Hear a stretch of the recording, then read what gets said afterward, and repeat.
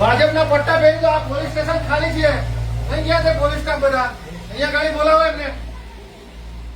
આ અમલેથા police station ની આજો પરિસ્થિતિ. આ ભાજપના ઈશારે આ પોલીસ સ્ટેશન ચાલે. હા ના હોય તો તમે પટ્ટા પહેરી દો ભાજપના. કઈ ગયા તે? અહીંયા ગાડી પીએસઓ જમાદાર કે બધા કે છે કશું થઈ જાય તો તમે તો હાથ પર હાથ અહીંયા પોલીસ સ્ટેશનની ચેમ્બરમાંથી ઉઠવા માંગતા નથી. એમને પકડી લાવો તાત્કાલિક ધોરણે. કઈ ઘટના બની તો પછી ટાળતી રાહ દેખો છો તમે. એમને બધાને હપ્તા જાય છે. પેલી અરજી નથી લખાઈ કે કશું નતું લખાયું. એ ઘટના આપણા નર્મદા જિલ્લાની છે ને. હા તો કેને કઈ ગાડી એરેસ્ટ કરી લીધા હતા.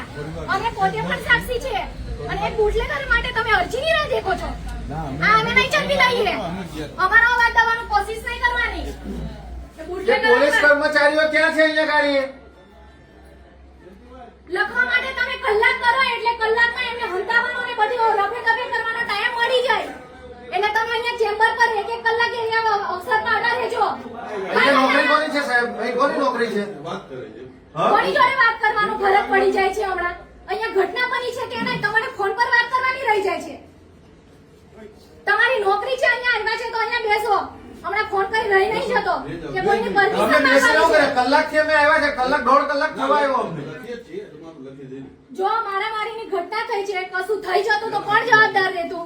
હવે ફોન પર વાત કરવાનો આ સમય નહીં. ના અમે પહોંચી જ ગયા હતા. પૂછો તમારે બરાબર. પણ અહીંયા પોલીસ સ્ટેશનમાં હમણાં કોણ હાજર છે? અહીંયા તમે મને બતાવો. ભાઈ આવી હા? જાઓ. અને કોણ છે પીએસઓ? જયંતિભાઈ પીએસઓ કોણ છે અહીંયા? જમાદાર ને બધા ક્યાં છે? કાંઈ તઈ ગાડી પોલીસ વાળા આવ્યા હતા તે હેલ્મેટ કરીને આવ્યા હતા. અમે આવ્યા ત્યાર પછી 15-20 મિનિટ પછી ત્યાં આવ્યા. હા એટલે બુટલેગરો જોડે વાત કરીને આ બધી ઘટના થઈ. આખી ઘટનાક્રમ પત્યો ત્યાર પછી પોલીસ આવે ત્યાં. અમારો 112 નો નંબર આવ્યો અમે આવી જ ગયા. તમે આવી ગયા પણ જેના ઓલરેડી બંદોબસ્તમાં હતા એના